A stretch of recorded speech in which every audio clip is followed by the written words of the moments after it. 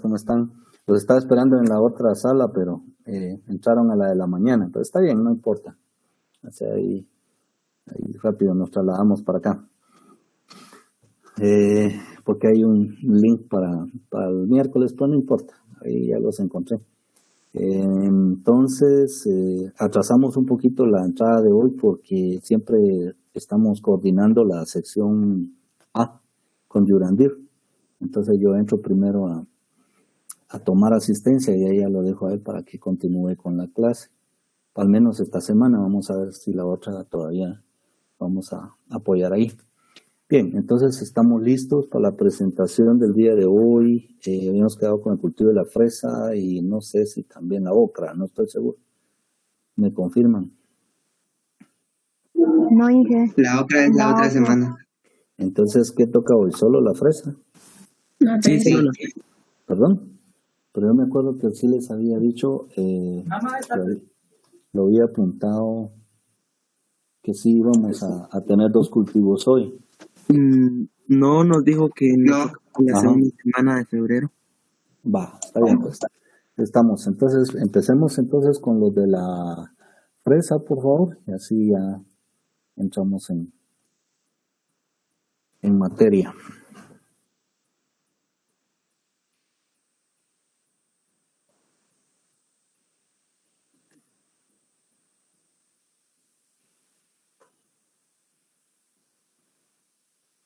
En lo que ellos proyectan y ya está presentando, o sea, hasta la pantalla, están entrando tarde. Vamos a ver aquí. Rojas, está entrando un poquito tarde. Las presentaciones de los que ya pasaron pueden subirlas a la plataforma, ya está habilitado el espacio para que lo suban ahí y así yo ya puedo calificarlo también. Entonces, a los que han pasado, los que van pasando, pues cuando ya hayan pasado los pueden subir. Y bueno, iniciemos porque ya están los jóvenes y al final les doy otro aviso. Bueno, muy buenas tardes compañeros, ingeniero. En esta oportunidad tenemos el gusto de hablarles un poco acerca del cultivo de fresa, Fragaria vesca. Los integrantes del grupo son Noriega Martínez, José Fernando, Ramírez Escalante, Ariel Alejandro y su servidor, Sergio Mejía, Sinacan Tomás.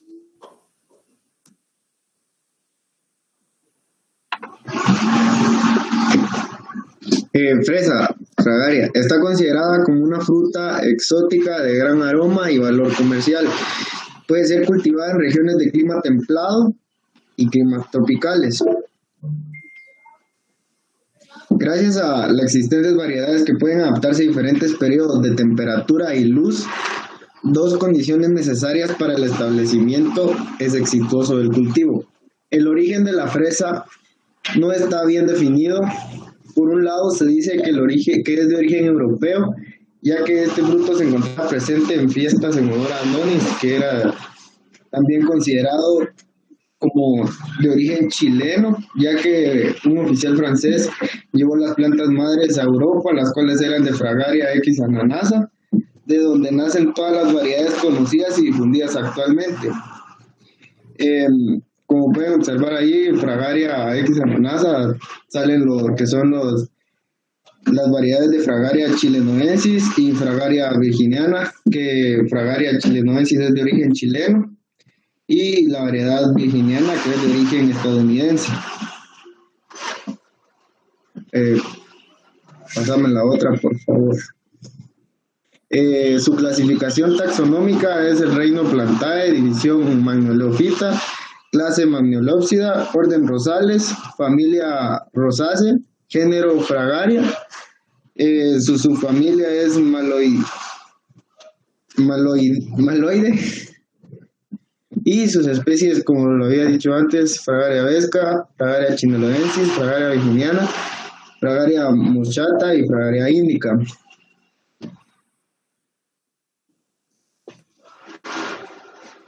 Su ciclo de vida, fisiológicamente la planta es semiperenne, es decir, que puede de manera silvestre permanecer creciendo y dando frutos por muchos años, pero al ser considerado un negocio, según investigaciones y la experiencia de los agricultores, lo ideal es limitar su ciclo de vida a 2 años, que es el tiempo donde se mantiene dando un óptimo rendimiento. En regiones templadas, donde se dan las 4 estaciones, estas se plantan al inicio de la primavera para que a las elevadas temperaturas del verano, tanto el suelo como el ambiente favorezca el desarrollo vegetativo, la planta crece y se multiplica por emisión de estolones. Entre mediados y finales de la primavera aparecen las primeras flores existentes, variedades que vuelven a florecer durante todo el otoño y todo el verano. Durante el invierno se marchitan y su ciclo de crecimiento vuelve a empezar cuando el suelo se calienta en la primavera.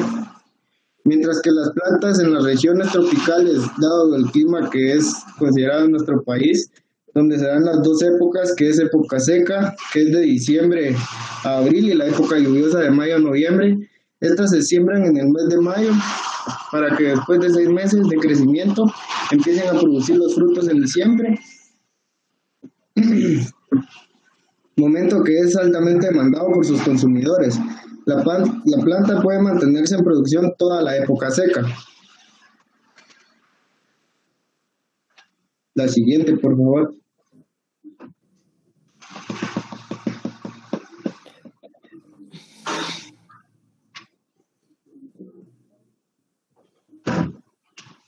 Requerimientos edafoclimáticos.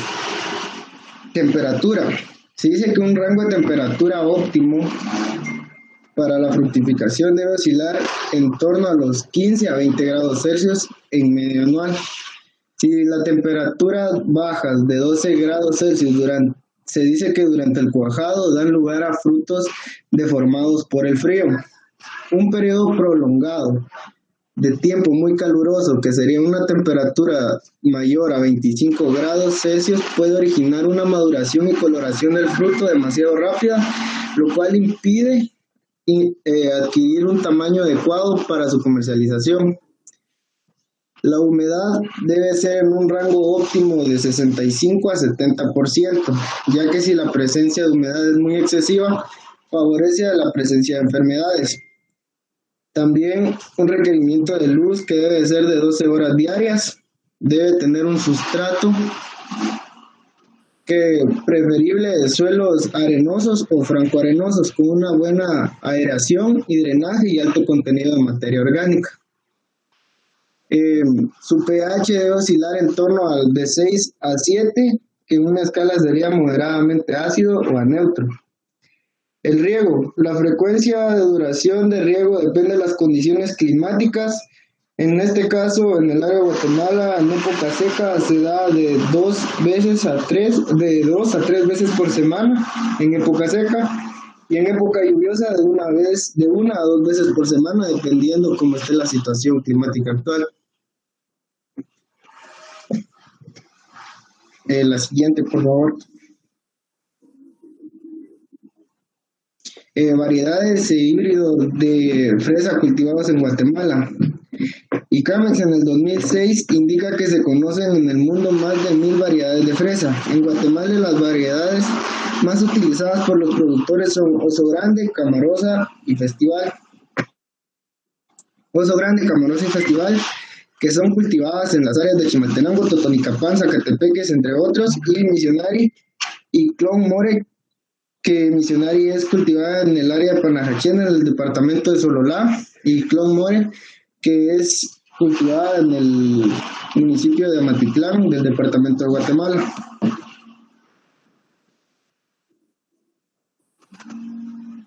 Siguiente, Sina, por favor.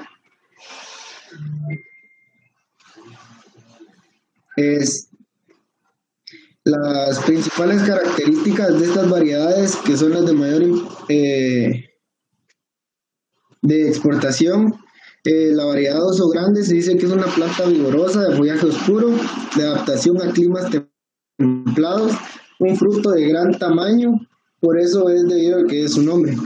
De la variedad Camarosa, es una planta también conocida por tener un alto vigor. Su producción es alta de estolones, su fruto es color rojo oscuro, y su exterior y la pulpa también. Es una variedad muy precoz. La variedad Fantasía es un fruto color rojo intenso, brillante, fruto de tamaño grande y mediano, posee un alto aroma, posee buena vida de anaquel y es adaptable a clima templado y tropical.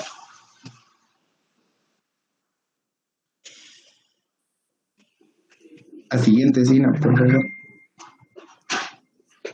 La situación actual del cultivo de la fresa. Se indica que en el país de Guatemala el cultivo de la fresa se encuentran 413 fincas en todo el territorio de Guatemala, con un total de 146 manzanas productivas, distribuidas en 9 departamentos, los cuales son Chimaltenango, Zacatepeque, Sololaque, Saltenango, Totonicapán, Huehuetenango, San Marcos, Guatemala y Alta Verapaz, con una producción de 3.081.181 kilogramos por año.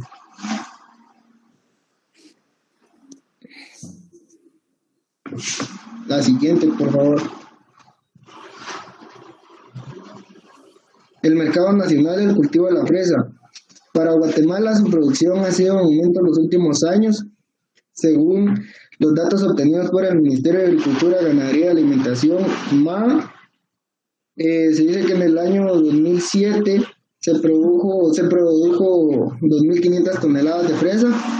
También se dice que el crecimiento que está teniendo este mercado es muy alto, pues posee una tasa de incremento de 10 a 15% anual. Los países a los que mayor exporta Guatemala es El Salvador y Honduras.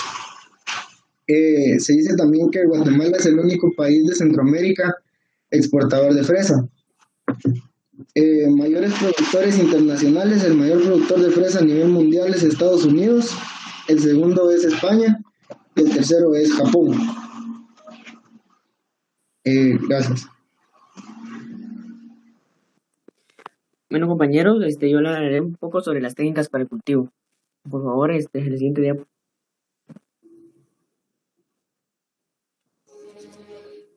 En referencia a la propagación, las fresas normalmente se pueden propagar en una forma que se llama in vitro, que es mediante el uso de estolones, pero que tienen un tipo de procedimiento en laboratorio.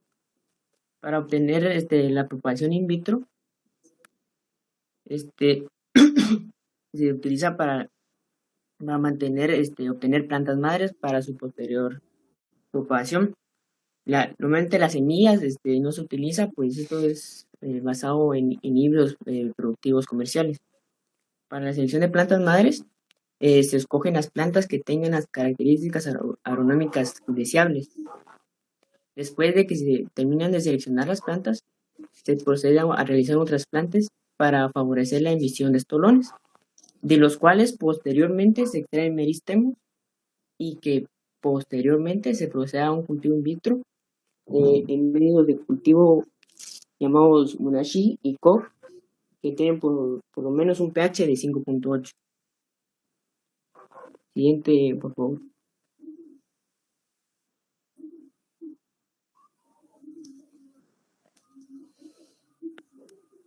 Para la obtención de plantas F1, estas son obtenidas por el procedimiento de someterse a un periodo de aclimatización, que es un método en el cual, después de obtener un crecimiento en laboratorio, se procede a hacer un cambio en un invernadero de condiciones controladas, pero es un proceso gradual en el cual se tiene el cuidado de evitar un cambio brusco en las condiciones a las cuales se mantiene la planta. Estos se pasan a unas bateas para empezar su reproducción individual, y de esta manera se obtienen plantas F1. Para obtener las plantas F2, una vez que las plantas F1 están trasplantadas al terreno, empieza su propagación. Entonces, las plantas resultantes por medio de los estolones son las plantas madres certificadas, en las cuales son las que utilizan como reproductoras para luego dar pilones. Una vez que se obtienen las plantas madres, se procede a una ruptura de latencia, que esto se hace en invernaderos de condiciones controladas, pues normalmente a altitudes de 800 o 1000 metros, inclusive mayores, para satisfacer los requerimientos de horas frío que necesita de la planta para empezar a su desarrollo. Siguiente diapo, por favor. En base a la preparación del suelo, es muy importante tener en cuenta el área donde se va a producir, puesto normalmente si se tienen cultivos solanáceas o alguna vez ya se ha cultivado fresa ahí, es bastante reciente, no se recomienda volver a cultivar fresa, pues esto repercute después en la producción, pues normalmente por los niveles nutricionales del suelo, algún tipo de residuo de químicos y algunos tipos también de plagas. Normalmente en el área de Tecpan, se realiza un tipo de paso de arado, normalmente si se dispone de las herramientas correspondientes. Y una nivelación, la nivelación se hace con el motivo de evitar anegamiento de los suelos, llenar los huecos que hayan quedado en el terreno y trazar los bordos para que no haya problemas, como había dicho, de los anegamientos, y una mejor distribución y aprovechamiento del agua de las lluvias o de los sistemas de riego que se tengan. Después se hace un pasado con rotavator y últimamente se realizan los camellones. Normalmente se realizan a mano con alturas promedios de 40 a 45 centímetros de altura, con distanciamientos promedios de 1 metro entre cada uno. Medianamente se realizan los camellones, se procede a hacer un tipo de mezcla de abonos orgánicos e inorgánicos que se aplican a los camellones, luego se coloca la cinta de riego y se procede a colocar el mulch. Normalmente se hace de manera manual, o si no se tiene un tipo de herramienta especial para ello. Siguiente, por favor. En referencia a las poas. Las poas, como otros tenemos las plantas pues para producir frutos y no para una reproducción, entonces se realiza la eliminación de estolones. Y al eliminar los estolones, aumentamos la eficiencia energética y toda la energía que podría gastar en reproducirse se va dirigida a la producción de frutos. También, después de la producción es necesario realizar podas de hojas rastreras, de hojas que quedaron cerca de los tallos, pues normalmente las fresas tienen algo que se le conoce como un crecimiento hemafoya, que cuando usamos mulch, entonces si quedan ahí, retienen humedad y esto puede incidir al ataque de hongos fitopatógenos. Entonces se retira, se eliminan las hojas rastreras, algún tipo de inflorescencias que hayan quedado. Esto ayuda a la ventilación y evitar ataques de hongos. Normalmente esto se hace con tijeras y pues para evitar, por ejemplo, si alguna planta está enferma y nosotros queremos evitar que se propague, las tijeras y por ejemplo el personal que lo hace tiene que seguir unas normas de higiene para evitar la propagación de planta en planta. El siguiente, por favor. Bueno, continuando con el establecimiento del cultivo, procedemos con la plantación. Antes de establecer el cultivo, se recomienda utilizar un acolchado.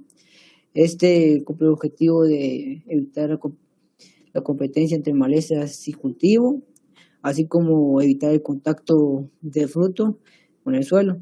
El acolchado puede ser de distintos colores, los cuales van variando en función del clima y las condiciones climáticas de la región.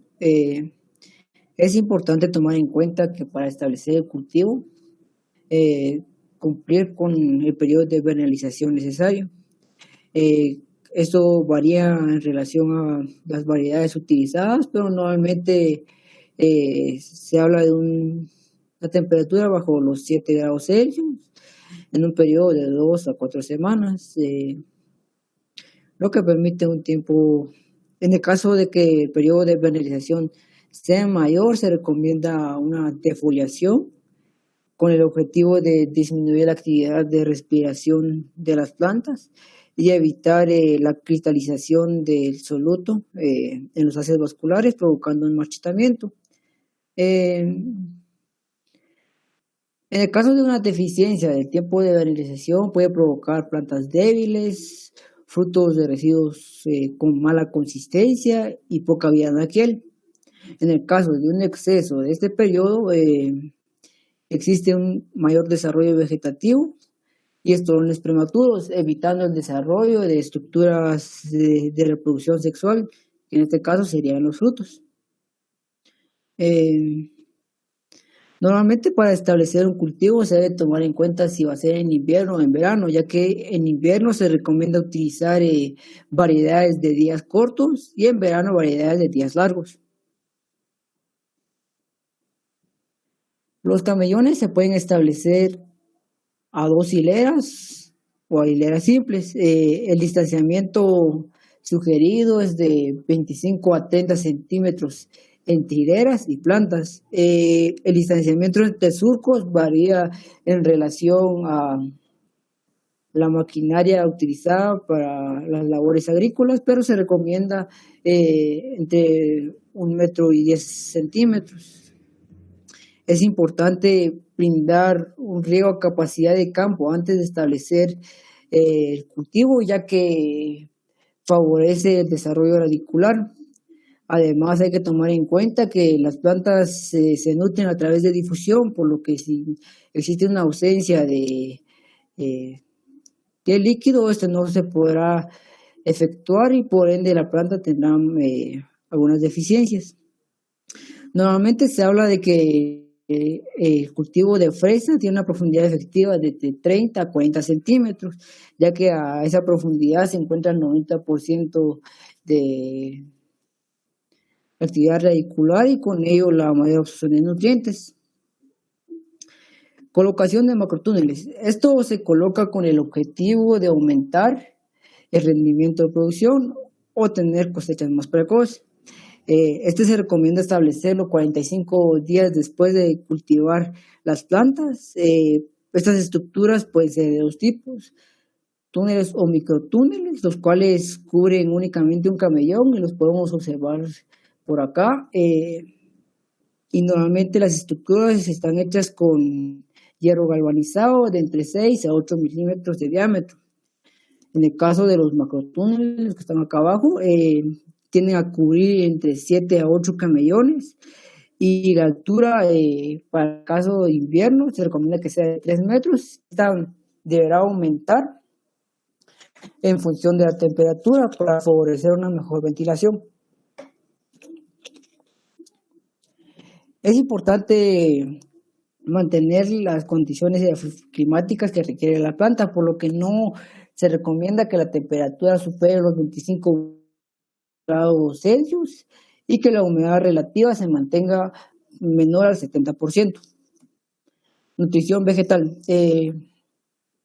Es importante que como técnicos nos basemos de fundamentos teóricos para poder brindar un diagnóstico y sugerir programas de nutrición, por lo que se recomienda inicialmente realizar un análisis del suelo para conocer los nutrientes que disponibles en nuestro sustrato y posteriormente un análisis foliar. ¿Por qué?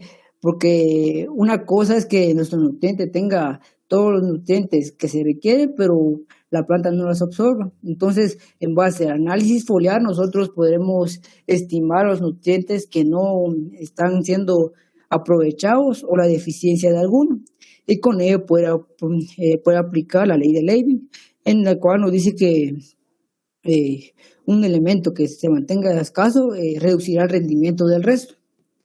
También, como había mencionado anteriormente, el riego es fundamental, ya que las plantas se nutren a través de difusión y sin este solvente no podrá existir ese traspaso de nutrientes. También es importante tener un pH neutro, ya que a esta escala se mantiene la mayor disponibilidad de nutrientes.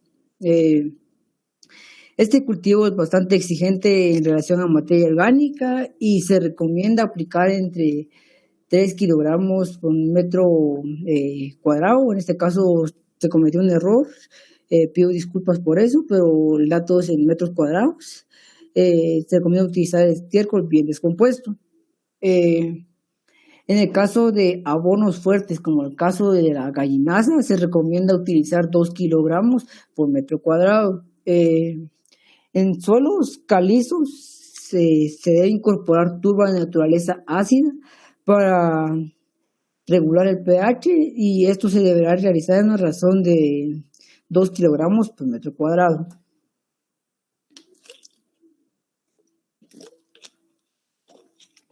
Requerimientos nutricionales. Básicamente en carbono, hidrógeno y oxígeno la planta demanda entre el 92 a 94%. En el caso de nitrógeno, fósforo y calcio se recomienda la suma de ellos cumpla con el 3.8 a 6.7%. En el caso de calcio, magnesio y azufre se recomienda que se mantenga entre 1.03% a 1.93%. Y en el caso de micronutrientes, como el caso de azufre, de zinc, hierro, boro, manganeso y cobre, se recomienda que sean de alrededor de 0.047%. Con fines didácticos, acá proporcionamos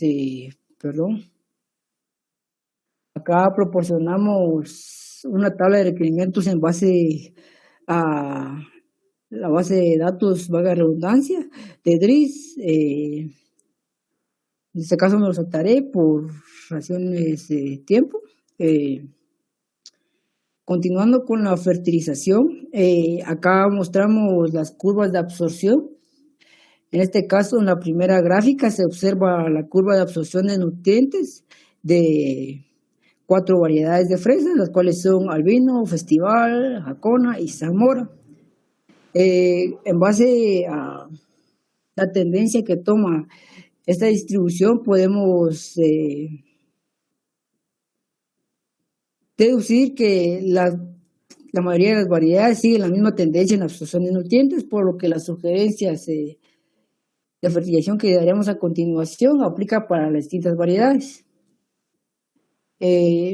Acá se puede observar que la demanda de nutrientes principalmente se da durante el día 62, el día 124, el día 185, y posteriormente, para evitar un esfuerzo en la planta para absorber nutrientes, se recomienda realizar una fertilización durante el día 190.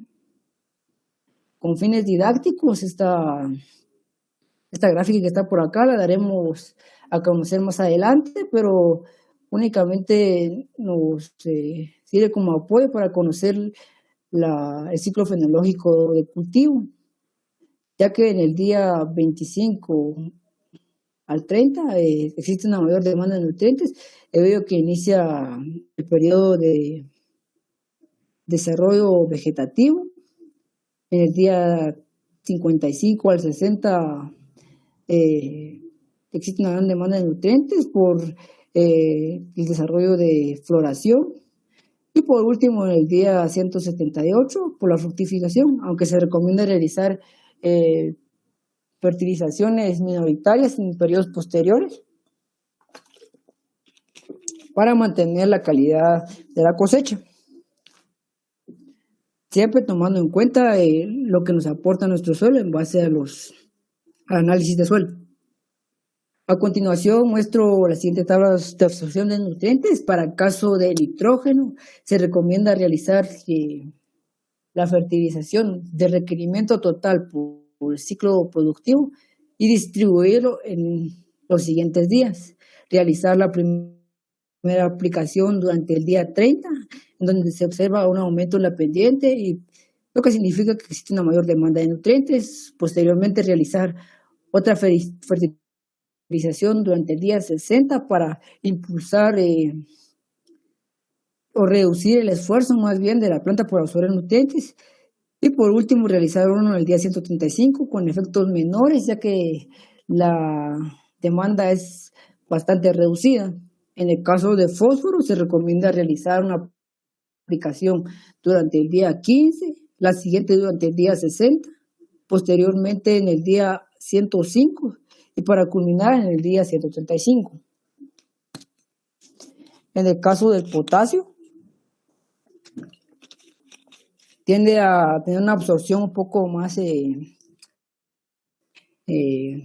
especial, por decirlo así, y se recomienda realizar una fertilización antes de establecer el cultivo, que sería el día 0, posteriormente en el día 15, que es cuando va a mitad de ese crecimiento exponencial, por decirlo así, y luego realizar fertilizaciones más en menor cantidad durante los periodos durante el día 60, 105 y 135, decreciendo en cada una de las aplicaciones posteriores.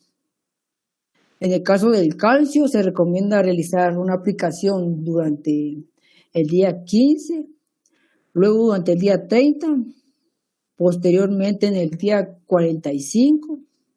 Luego existe una disminución en la demanda, por lo que se debe dejar de aplicar para luego implementarlo hasta el día 20 y día 135. En el caso del magnesio, este elemento normalmente está disponible, casi nunca se encuentran deficiencias de estos, pero puede caber la posibilidad de que exista una deficiencia. Para este elemento se recomienda realizar fertilizaciones durante el día 30, 90 y 105, decreciendo en cada una de las aplicaciones. En el caso del azufre, la demanda es muy reducida, por lo que se recomienda aplicarla únicamente durante el día 90, 105 y 135. En el caso de que se cuente con pocos registros y tecnologías para poder realizar un análisis de suelo y no tener fundamentos para poder diagnosticar un plan de fertilización, recomendamos el siguiente. Al inicio, aplicar 100 gramos por metro cuadrado de nitrógeno y fósforo. Posteriormente, para la floración, utilizar una mezcla de 15 gramos de sulfato amónico más 10 gramos de sulfato de potasio. Este puede ser sustituido por 15 gramos de nitrato de potasio y también agregar 5 centímetros cúbicos de ácido fosfórico a esta mezcla. Esta fertilización se debería realizar quincenalmente. Luego será, acá existe un error, perdón, pido disculpas por esto, pero la fertilización se deberá interrumpir 15 días antes de la recolección. Al implementar este plan de fertilización estaríamos incorporando entre 20 gramos de nitrógeno por metro cuadrado, 10 gramos de anhídrido fosfórico y 15 gramos de óxido de potasio. Acá les sugerimos un plan de fertilización, pero siempre recuerden que si existe la posibilidad de realizar análisis de suelo y tener más fundamentos para recomendar un plan de fertilización, realizarlos. Pero en esta condición recomendamos realizarlo 3 veces por semana, aplicando 25 gramos de nitrógeno por metro cuadrado, 20 gramos de anhídrido fosfórico por metro cuadrado, 15 gramos de óxido de potasio y 25 gramos de óxido de magnesio, si fuera necesario, ya que anteriormente mencioné que este elemento casi nunca se encuentra deficiente. Durante el periodo disculpame, dijiste 25 gramos, pero tiene .25, ¿son miligramos o sí son 25 gramos? Son 25 gramos por metro cuadrado. Como tiene .25, no sé si hay error. Perdón, sí, 0.25. Bueno, continuando, durante la floración y recolección, se recomienda realizar el fertilego 3 veces por semana, aplicando 0.30 gramos de nitrógeno por metro cuadrado, 0.3 gramos de óxido de potasio por metro cuadrado, 0.25 gramos de anhídrido fosfórico. Este se deberá realizar 2 veces por semana, así como el óxido de magnesio si fuera necesario. Manejo integrado de plagas. Este cultivo básicamente o principalmente es afectado por araña roja, Tetranicus urticae. Para su control se recomienda realizarlo por organismos biológicos, principalmente una asociación entre depredadores utilizando a Amblyssemus andersoni y Phytocereus pedisimilis, o bien utilizar acaricidas selectivos cuidando a los insectos benéficos, ya que estos nos están ayudando. Para esto se recomienda utilizar Celdox, el cual el ingrediente activo es ciprasidona, o bien utilizar Vertimec, el cual tiene como ingrediente activo abamectina. Y esto se debe realizar principalmente a los focos de infección. Para el caso del pulgón, Apis gossyphi y Myxus persicae, únicamente se recomienda el control biológico utilizando parasitoides como Aphidus colemani, y esto se debería realizar en un umbral de intervención bastante bajo, haciendo detecciones precoces de colonias. En el caso de Frankiniella occidentalis, TRIPS, se recomienda utilizar placas azules de monitoreo, pues estas que aparecen por acá, utilizando una cada 100 metros cuadrados, con ayuda de feromonas de atracción sexual, que en este caso sería Tifline AMS, y también se recomienda realizar una detección precoz para evitar daños mayores en los cultivos. En este cultivo también existe es afectado por larvas de Spodoptera exigua, Spodoptera litoralis y Helicoverpa armigera. Para su control se recomienda utilizar polilleros con feromonas especiales para cada especie. También se recomienda utilizar tratamiento utilizando Delfin, el cual es un producto a base de una cepa de Bacillus thuringiensis. Acá les muestro un plan de control biológico para las principales plagas de este cultivo, aplicables para fresa, zarzamora y frambuesa. Este plan es proporcionado por OBA, en el cual se recomienda utilizar Dolatis durante los primeros 5 a 7 días, 5 a 7 días de haber establecido el cultivo, ya que normalmente se encuentra, o los trips tienen un hábito terráneo, por decirlo así, subterráneo, por lo que se recomienda establecer este control y eliminarlos.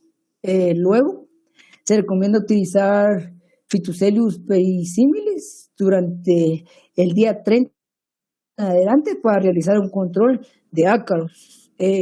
Posteriormente, se sugiere aplicar o utilizar poblaciones de Chinchi oryzus para reforzar el control de trips y pequeñas larvas de lepidópteros.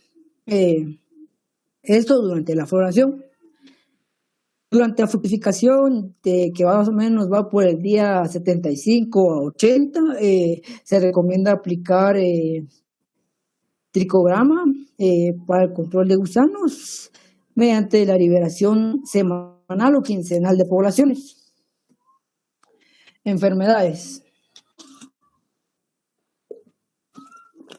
El cultivo de fresa es afectado por el medium de la piel de la fresa, Phytophthora factorum. Es una enfermedad vascular, por lo que provoca colapsamientos en la planta, específicamente en el corazón, para que posteriormente aparezcan necrosis marrón. Acá por alguna razón no aparece, pero habíamos sugerido un plan de manejo en el cual consistía en deshacerse de plantas infectadas, desechos de cosecha, o bien utilizar productos a base de cobre, o bien utilizar dimetamorfo. En el caso de verticilosis de la fresa, Verticillium alboratro, es una enfermedad vascular que se manifiesta en el marchitamiento marginal, asimismo como las intervarial. Esta enfermedad puede llegar a causar daños bastante significativos en el cultivo. Al igual que el caso anterior, se recomienda realizar destrucción de residuos de cosecha, plantas infectadas y siempre utilizar productos a base de cobre. En el caso de enfermedades de la piel, provocadas normalmente por un conjunto de Fusarium, Bisectonia y Phytophthora, que son los géneros más comunes de hongos que afectan el cultivo de la fresa y normalmente causan daños a nivel de tallo. Estos hongos normalmente se mantienen en el suelo y posteriormente durante la post-cosecha son los principales causantes de pérdidas en esa etapa.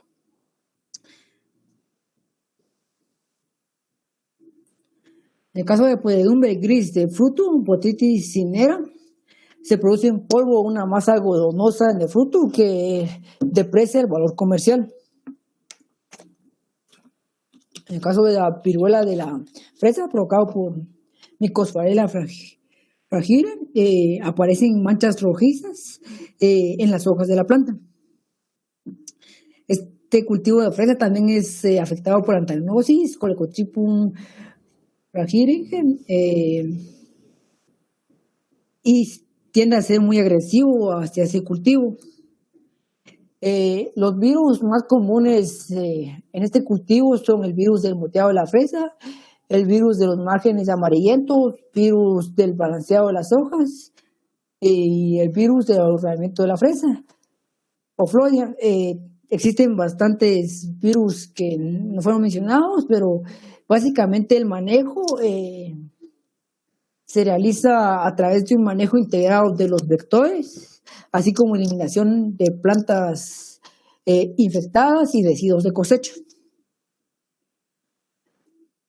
Estas son las principales enfermedades post cosecha, entre los cuales tenemos a Botrytis cinerea, Monilia lax, Alternaria alternata, Rhizopus estolonifera, Mucor piriformis y Penicillium. Este último tiende a ser el de mayor importancia en este cultivo y se recomienda solucionarlo a través de buenas prácticas de conservación, utilizando hipoclorito de sodio o bien cubriendo los frutos con algún tipo de cera para evitar el contacto con las esporas de los hongos.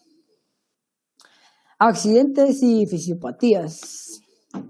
Normalmente las bajas temperaturas o heladas destruyen las flores y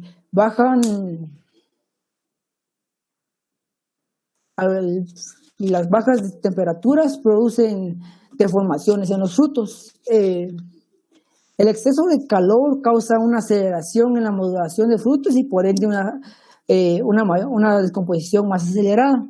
En el caso de lluvias excesivas pueden provocar problemas de clorosis por efectos férricos. Las deformaciones de los frutos suelen ser bastante frecuentes en la recolección y puede ser debido a bajas temperaturas o por problemas de polinización. Además, tenemos el planchado de los frutos. Esto básicamente se debe a un exceso de radiación y temperaturas elevadas. Tenemos la clorosis férica, que normalmente es causado por pH alcalinos. Tenemos el tip burn de la fresa, que normalmente se observa en el limbo a través de deformaciones y se origina principalmente por deficiencias de calcio. La salinidad de los suelos y aguas pues afectan bastante este cultivo, ya que es muy sensible a ellas y se manifiesta a través de necrosis en los bordes. El albinismo de la fresia es una fisiopatía que se genera a través de un exceso de nitrógeno por la aceleración de crecimiento. Muchas gracias. Muy bien, continuando con el tema de la cosecha. Cada vez que se va a cosechar, se debe tener, establecer bien el estilo que tendrá la fruta, ya sea para exportación o para el mercado local o nacional. Y otra cosa muy importante es mantener registros, especialmente sobre la aplicación de plaguicidas y fertilizantes. La aplicación de plaguicidas es para observar si se han respetado los periodos de aplicación antes de la cosecha, para evitar que cuando se exporte o se mande al mercado nacional o mantenga residuos de las moléculas químicas. Una parte importante es realizar la cosecha durante horas frescas, pues temperaturas altas, exposición al sol, puede provocar que el fruto ya obtenido empiece a perecer. Y muy importante, una vez que se cosecha, se tiene que inmediatamente clasificar y seleccionar y enviar al almacenamiento en cuartos fríos. Esto, pues, se recomienda que después de cosechar, tenemos por máximo 2 horas antes de poder almacenarla y evitar pérdidas y devaluación en su precio comercial. Los pescadores necesitan utilizar medidas sanitarias como uso de guantes, lavado de manos antes y después de la cosecha, tener uñas cortadas, limpias, el uso de buenas técnicas para obtener la fruta. Una vez que termina la cosecha, se procede a la selección de la fruta y se empaca según el uso que tenga. Normalmente se puede exportar tanto fresco como también en modo congelado. Lo que pasa es que en el fresco se tiene que mantener unas cadenas de frío y normalmente son enviados por vuelos comerciales ya sea Estados Unidos, la Unión Europea, países vecinos que son importadores de fresa. Mientras tanto, en la modalidad de congelado se envían por contenedores, pero este medio es mucho más, necesita una mayor inversión económica y también es bastante susceptible a tener de vueltas por parte de contenedores si es que contiene alguna sustancia extraña que no es permitida en el otro país que recibe. Por eso es importante mantener registros, pues ahí uno puede verificar que si esa molécula química está prohibida su uso en otro país, entonces uno como se tiene que adaptar a los requerimientos del comprador, por supuesto, entonces ya uno toma las medidas necesarias. Se necesita mantener intervalos de cosecha de 3 a 4 días. Esto pues por los diferentes puntos de maduración y que no todos los frutos llegan a su punto de madurez de igual manera. Las frutas que contengan más de 3 cuartos de maduración, que son las frutas que por lo general tienen la parte blanca cerca del cáliz, ya tengan defectos, un daño por patógeno o daños mecánicos, se utilizan normalmente para el mercado fresco. Pues en el mercado fresco nacional interno no se tienen altos estándares de calidad que el consumidor exige. Entonces, por lo general, el rechazo de las exportaciones son las que se manejan dentro de los locales nacionales. Para exportar se necesita o ya sea un mínimo de la mitad de maduración por parte del fruto o las 3/4 partes de la maduración, y se tiene que refrigerar y enviar en condiciones de temperatura de 0 a 2 grados Celsius con un 85 y 90% de humedad relativa, según Hancock. Siguiente, por favor. En estas imágenes proporcionadas por la Universidad de California, podemos observar las diferentes recomendaciones en función de los puntos de madurez de las fresas. Podemos observar que tanto algo roja y la principalmente roja, que corresponden a la mitad y posteriormente las 3/4 de madurez, son ideales para exportación y para uso fresco. Mientras tanto, que la completamente roja como ya tiene un punto de madurez óptimo, es recomendable consumirla antes de que pueda ocurrir una fermentación o algún tipo de ablandamiento. Mientras tanto, el rojo oscuro es utilizado por las agroindustrias para obtener jaleas, helados, algún tipo de subproducto que necesite de esta fruta. Por lo general, este rojo oscuro puede presentar ablandamientos que también se pueden confundir con podredumbre, es algo que por lo general no se requiere, ¿verdad? El siguiente, bro. Aquí podemos observar aquí un tipo de canal de mercado para la Unión Europea, tanto para frutas y vegetales frescos. Perdón. Podemos observar, nosotros estamos en el país en vía de desarrollo, que somos los productores y posteriormente exportadores, en donde nos dedicamos a la clasificación, embalaje y tratado del producto, que luego se vende en la Unión Europea y ellos lo vuelven a revender. También podemos observar las categorías y las medidas dadas en diámetro que normalmente se exigen en la Unión Europea para clasificar en grado de tamaño, de color y de forma, ¿verdad? Siguiente, por favor. Bueno, pasamos a las buenas prácticas agrícolas en cultivo de fresa. Las buenas prácticas agrícolas se pueden definir como un conjunto de principios, normas y recomendaciones técnicas que son aplicables a la producción y procedimiento de transporte de fresa, orientadas a asegurar la protección de la higiene, la salud humana y el medio ambiente. Siempre se tienen que procurar utilizar métodos ecológicamente seguros y económicamente viables para el productor, para obtener productos con fines inocuos y saludables para el autoconsumo o el consumidor, algo que por general no se realiza, ¿verdad? Porque realmente en el mercado interno se utiliza el rechazo de las exportaciones. En el área alrededor del cultivo o donde se desea establecer el cultivo, se tiene que observar referencias a las actividades que se realizan alrededor.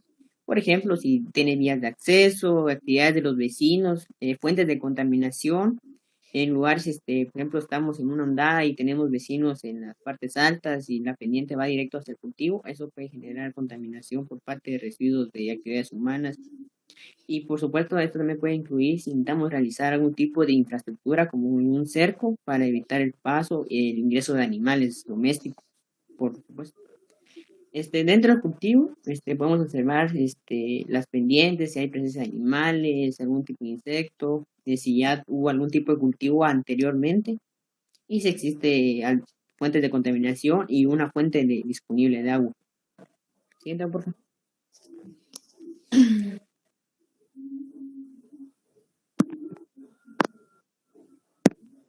Referido al agua, a la fumigación, las fuentes de agua disponibles, tanto superficiales como subterráneas, las presencias de animales. Sería bueno también realizar análisis de la dureza del agua, si contiene algún tipo de mineral como calcio, magnesio, que pueden hacer reacciones cuando se realiza el fertirriego, o también pueden tapar los agujeros de las cintas de riego por goteo. En referencia al suelo, realizar las prácticas de conservación de suelos, evitar mucha labranza, la compactación producida por el uso de maquinaria, sobrecargar el suelo de materiales inorgánicos y evitar daños a la estructura y algún tipo de aplicación de agentes nocivos también muy importante. Y evitar, por supuesto, la erosión. Siguiente, por favor. El manejo de desechos orgánicos, los cuales algunas veces se realizan abonos, pero normalmente siempre están infectados, por ejemplo, tuvo alguna enfermedad y pues los residuos lo vuelven a transferir a las siguientes cosechas. Por lo general, cada vez que se cosecha, quedan residuos, como lo pueden ver en la imagen. Esto junto a los residuos de las podas se recomienda quemarlas por lo menos a una distancia de 40 metros del área de producción. Esto pues para evitar la propagación y tener algún tipo de vector cerca de los cultivos. La salud del personal también es muy importante. Cada vez que se utilicen plaguicidas, algún herbicida, es muy importante tener el equipo de protección, tener un buen ambiente de trabajo, una buena higiene por parte de los trabajadores, dar capacitaciones sobre las buenas prácticas agrícolas y sobre las buenas prácticas de manufactura, pues normalmente los trabajadores también se ven involucrados en el proceso de manufacturar para la posterior venta del producto. La siguiente, por favor. Las instalaciones adecuadas, que estén limpias, desinfectadas, con suficientes insumos, que haya lugares sanitarios que por lo general deben estar lejos de las fuentes de agua o pues para evitar contaminaciones, si son en el caso letrinas o se puede disponer de drenaje, ¿verdad? El uso de químicos, que si se almacenan en un lugar correcto, se usa un uso responsable en función de evitar la resistencia por parte de insectos. Si se tiene un plan de uso, el lavado de equipos después de utilizar para realizar aspersiones o fumigaciones. Los registros, por ejemplo, como había comentado antes, tener registros de las aplicaciones que se realizan, con qué propósito se realizan y si esos químicos no se repiten, ¿verdad? Para evitar la resistencia de los insectos. Y el transporte muy importante, porque normalmente algunas personas utilizan el transporte que realizan para personas, para plaguicidas, para fertilizantes y para algún tipo de actividad para el transporte de las fresas. Algo que normalmente no es correcto, pues ahí se puede ocurrir una contaminación por parte de los productores al momento de exportar o de exportar y transportar a los mercados locales. Siguiente, por favor. Bueno, sí, finalizamos nuestra presentación, agradecemos su atención y pedimos disculpas por los errores cometidos.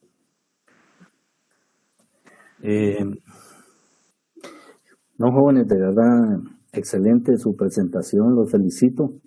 Ha sido una de las mejores presentaciones que hemos tenido.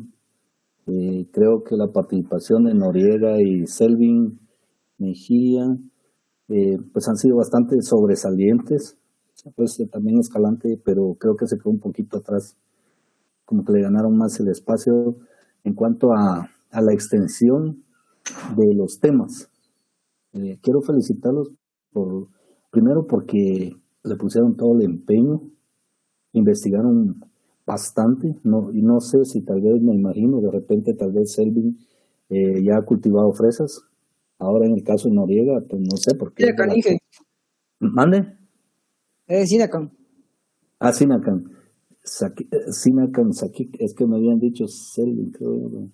Mejía no, ¿verdad? Entonces Sinacan. No, es Sinacan Saquic. Sinacan, va. Ok. Disculpe, acá le decía. Aquí. Pues sí. No hay problema, dice. Va. ¿Tenés experiencia cultivando fresa o solo fue la investigación? ¿Ya has cultivado? La verdad no dije, pero en relación a frutales sí tengo un poco de experiencia. Ya, correcto. No, excelente. Como les digo, primero el tema lo organizaron muy bien. Me gustó mucho la parte de profundidad que le diste a la parte de nutrición. Igual la parte de manejo de enfermedades y de plagas. Y les voy a decir por qué. O sea, porque es un cultivo muy delicado.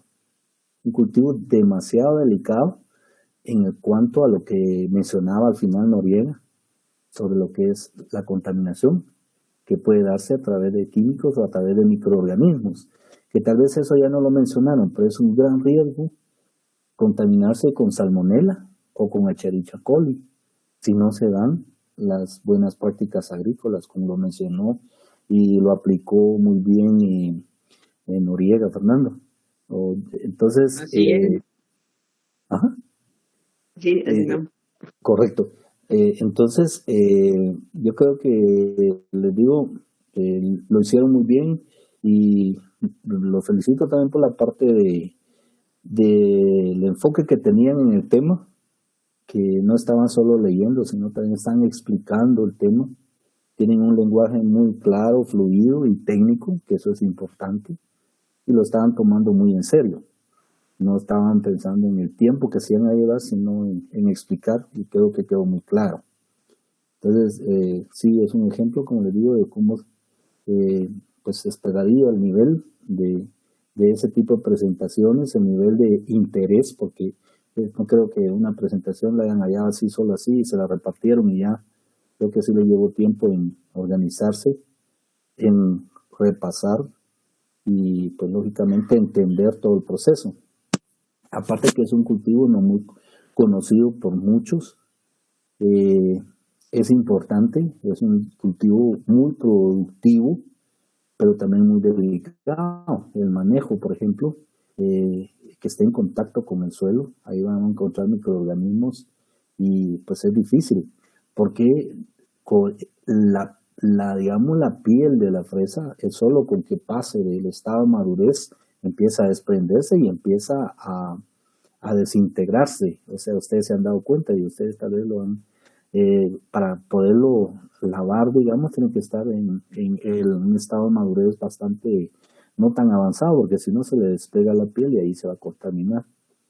Por el otro lado, es importantísimo y excelente también la parte de, como le dijera, de su presentación cuando ponen las fuentes. Eso me gustó mucho, cuando puso la parte de la fotografía de los grados de madurez, o sea, con un tipo de escala pictográfica que ponga la fuente de donde se extrajo, que es la Universidad de California.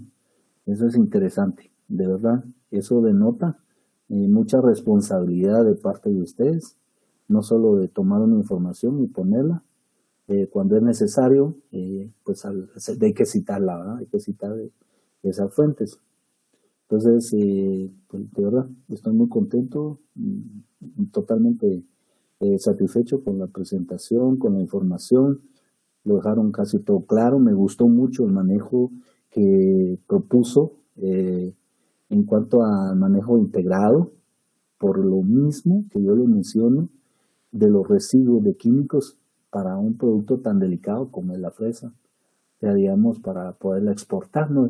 Y además es una gran responsabilidad también para el mercado local. O sea, nosotros podemos producir y vender y que le dijera, y tal vez estamos vendiendo químicos, ¿no? O sea, envueltos o tal vez solo disfrazados en un fruto. Los absorbería todo, o sea, se absorbería todo. Y porque se consume todo, la fresa no se le quita la piel, excepto que se vaya a ir a la cocción y que vayan a hacer mermeladas, pero de todos modos las trazas de moléculas de químicos van a quedar ahí. Entonces, sí, es un cultivo, como les digo, que requiere un manejo bien especial. O sea, principalmente las buenas prácticas agrícolas son importantes y el manejo integral de plagas, que no mencionaron casi productos químicos, excepto algún acaricida y algunos para milio velloso que mencionaste, el dimetomol, y mencionaste otro producto, pero igual sí son permitidos siempre y cuando se dé el tiempo o días a cosecha para la aplicación. Entonces, como les digo, los felicito y pues muy bien, me gusta eso porque créanme que cuando uno ve que sí toman en serio las cosas y que sí les interesa, pues vale la pena señalar ese esfuerzo que han hecho por hacer un trabajo bien elaborado y pues presentarlo bien y bien interpretado también. O sea, digamos, entonces creo que no, como les digo, no fue de ayer para hoy, se le llevó tiempo y por eso, que les digo, me gustó su presentación. Entonces, no tengo mucho más que agregar en cuanto al manejo porque lo dieron todo, o sea, bastante claro, bastante, así que como debería de ser, no un manejo tradicional como cualquier otro cultivo, sino como lo merece este cultivo que es muy delicado. Yo conocí unas plantaciones de fresa aquí en Chimaltenango, fresa orgánica, pero la tenían aérea, o sea, la tenían así, digamos, en bancales, y estaba, pues lógicamente, por ser orgánica, había que protegerla de cualquier, pues está en invernadero también, o sea, es de un egresado precisamente de la escuela, que ya le mencioné sobre a San Juan Agroexport, y ellos también tienen producción de fresa orgánica ahí pues cerca del Tejar. Y un egresado precisamente de la escuela también está a cargo de esa plantación. O sea, digamos que Entonces, interesante, pues como digo, el manejo de la fresa orgánica, pues lógicamente tiene un precio mucho más alto, pero también es mucho más delicado producirlo de esa manera. Y interesante también la parte de los frutos, del manejo de las temperaturas, de las épocas y de las variedades que deben de mencionarse. Ahí pues nosotros tradicionalmente decimos invierno y verano, y nos referimos también a la parte de días de los fotoperiodos, dependiendo de la temporada en que estamos. Cuando mencionamos invierno, pues estamos hablando un poco de los días más largos, y cuando hablamos de verano, pues estamos hablando de los días más cortos, aunque pues al final pues sabemos que nosotros no contamos con estaciones bien definidas, porque ahorita pues deberíamos estar en invierno, o sea, digamos, para donde sí se marcan esas estaciones. Pero bueno, así le hemos llamado, y pues le entendemos de esa manera también esos periodos que se marcan en el clima, y que también los tomamos como referencia para la producción de vegetales, para la producción de que no lo podíamos llamar tan un vegetal como tal, pero sí entra dentro del grupo, digamos, de las hortalizas. O sea, al final podría ser también un fruto, pero es de ciclo corto, y pues definitivamente que lo tomamos de esa manera. Aparte que es tipo melón, ¿verdad? Que tampoco no se consume como ensalada, sino más que todo como un frutal. Pero bueno, ya esas definiciones no nos interesan, sino la parte de aprender un poco de esos cultivos. Entonces, eso sería. No sé si algunos de los compañeros tendrán alguna pregunta, alguna duda para los jóvenes, pero como les digo, estamos ahí pendientes si hay alguna pregunta o alguna sugerencia. Creo que no, ¿verdad? Todo quedó muy claro, y pues de verdad, sí, ajá, excelente, gracias, Breuda. No, en serio, le digo, me impresionaron, de verdad me impresionaron, patojos. No esperaba, digamos, que se esforzaran de esa manera y tuvieran el dominio del tema como lo tuvieron. Pero eso me gusta, y espero que para los que faltan también lleguen a ese nivel. O sea, lleguen a ese nivel, porque de verdad escucharlos, les digo, pues si uno los escucha y así se van a desenvolver en el campo cuando salgan de la escuela, va a ser, pues eso es lo que nosotros queremos, ¿no? Los de Bárcena tienen que ser diferentes. La gente de Bárcena es la gente que realmente ha marcado y va a seguir marcando una diferencia. ¿Pero por qué? Y me salto a esto porque esto es simplemente un orgullo que no debería traducirse orgullo como ser superior a alguien, sino sentirse identificado con una institución que, como dicen, si otros han podido, yo también puedo y lo voy a hacer mejor. Ese debería ser nuestro lema. Entonces, créanme, yo he visto muy buenos comentarios, muy buenos técnicos en el campo egresados de Bárcena. Pues, lógicamente, como en todas las instituciones, pues hay de todo, pero gracias a Dios en la ENCA, ahí sí que me estaba recordando de que siempre vamos tras la excelencia, siempre vamos tras la excelencia, y de cada día ser mejor, no conformarnos con lo mínimo, porque nos vamos a identificar y también vamos a poner en alto nuestra escuela. O sea, y nosotros somos responsables. Si la escuela nos da esa oportunidad, nosotros tenemos que representarla lo mejor posible.